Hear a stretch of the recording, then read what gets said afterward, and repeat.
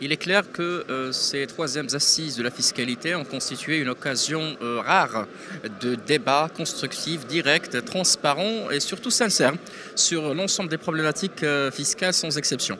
Il est clair également que la dimension sociale a été annoncée dès la préparation et dès le choix, bien sûr, du slogan de ces troisièmes assises qui est l'équité fiscale.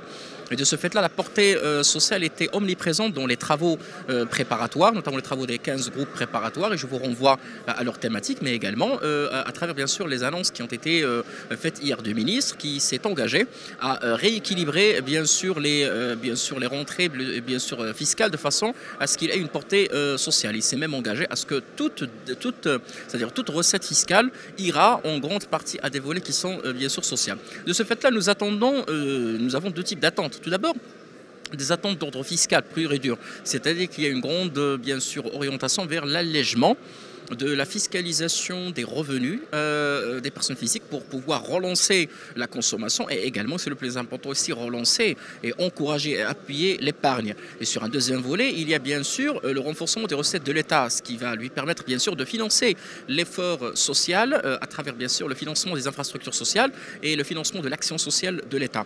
Nous avons clairement ici une vision qui va s'étendre sur 5 ans, du moment que bien sûr c'est le loi 4 qui va voir le jour.